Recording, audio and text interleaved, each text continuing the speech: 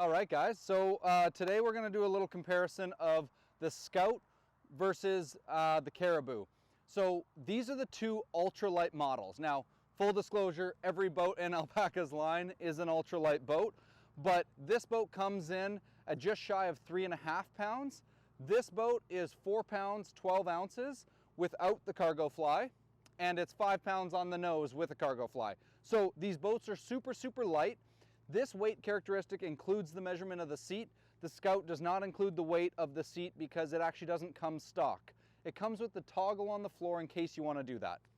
We have a lot of people who want to buy the Scout because they want to go on ultralight trips. They want the lightest, smallest boat possible. However, they find themselves a little bit disappointed when they actually try to paddle it because it's a very, very small boat.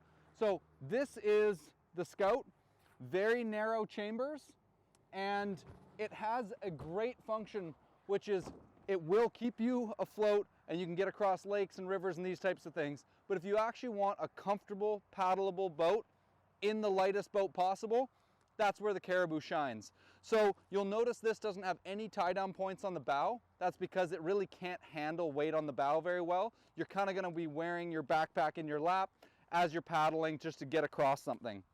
This boat here, on the other hand, has 5 tie-down points. It's got the 4 tie-downs with the strap on the front, and the new model has been altered to better suit the strapping down of a bike. This is the ultimate bike packing boat. When you're bike packing, you likely want a cargo fly on the boat so you can store your gear inside and your bike on the bow. But this is actually a comfortable boat. It's sized the same size as like the Alpacka Classic or the Expedition in large. So it's quite roomy. I'm 5'10", I'm gonna sit in both these boats just to give you an indication of what that really looks like.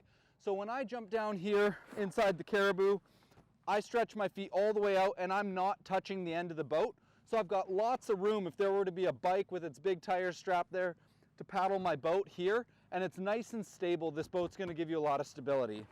It's also got some rise to the bow, so in moving water you could paddle some relatively easy moving water and you'd be good to go. The Scout, on the other hand, and full disclosure, I have one, I love it. It just has its very specific use case. This is me in the Scout.